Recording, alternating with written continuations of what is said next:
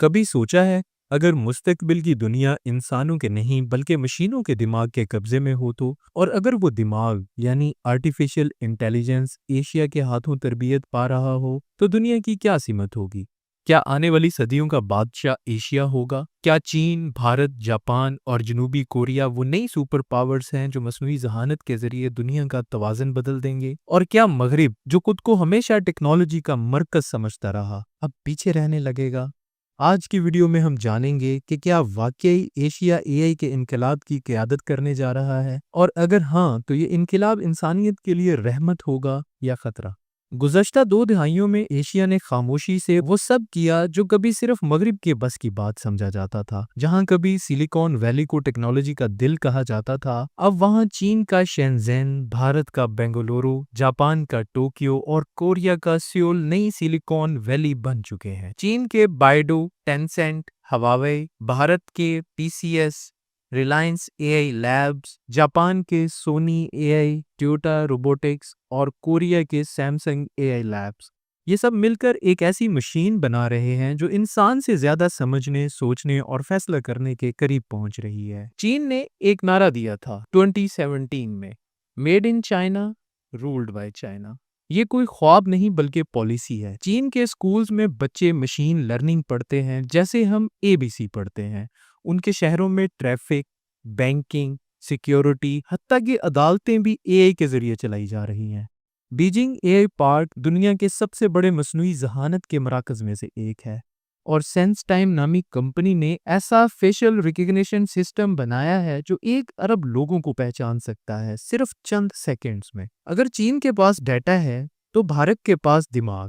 دنیا کی سب سے بڑی کوڈر آرمی اے آئی انڈین ڈیولپرز کے ہر بڑے پروجیکٹ میں شامل ہے۔ گوگل، مائکروسافٹ، IBM سب کے CEO بھارتی نژاد ہیں جو مغرب میں اے آئی کو آگے بڑھا رہے ہیں، مگر جڑیں ان کی ایشیا میں ہیں۔ بھارت اب اے آئی فار بھارت کے نام سے ایک نئی پالیسی پر کام کر رہا ہے جس کا مقصد ہے ہر گاؤں تک مصنوعی ذہانت پہنچانا۔ سوچیں، ایک کسان کے پاس موجود فون اگر فصل کا تجزیہ خود کرے تو وہ انقلاب صرف ٹیکنالوجی نہیں بلکہ سماجی انقلاب ہوگا۔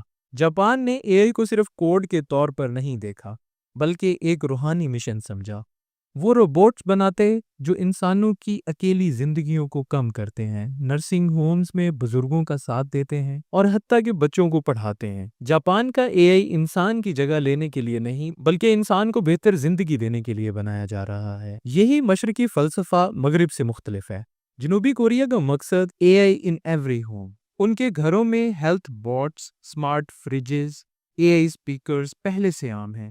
سیول میں 5G پر چلنے والی اے آئی نگرانی سے شہر خود اپنے مسائل حل کرتا ہے، اور تعجب کی بات یہ ہے کہ کوریا کا تعلیمی نظام بچوں کو آرٹیفیشل ایمپتھی یعنی مصنوعی ہمدردی سکھا رہا ہے۔ یعنی مشینیں صرف ذہین نہیں بلکہ محسوس کرنے والی بنائی جا رہی ہیں۔ مغرب اے آئی کو کنٹرول کے ہتھیار کے طور پر دیکھتا ہے جبکہ مشرق اسے ہم آہنگی کے آلے کے طور پر۔ جہاں مغرب ڈیٹا پاور کی بات کرتا ہے وہیں مشرق ہیومن ہارمنی کی بات کرتا ہے۔ یہ فرق بتاتا ہے کہ مستقبل کی سمت کون طے کرے گا، کیا وہ جو طاقت کے لیے اے آئی بنا رہا ہے یا وہ جو انسانیت کے لیے اے آئی تخلیق کر رہا ہے۔ لیکن سوال یہ بھی ہے، اگر مشرق اے آئی کی قیادت کرے گا تو کیا وہ پرائیویسی، اخلاقیات اور آزادی کی قدر کرے گا؟ کیا وہ اے آئی کو لوگوں کی نگرانی کے لیے استعمال کرے گا یا انسانیت کی خدمت کے لیے؟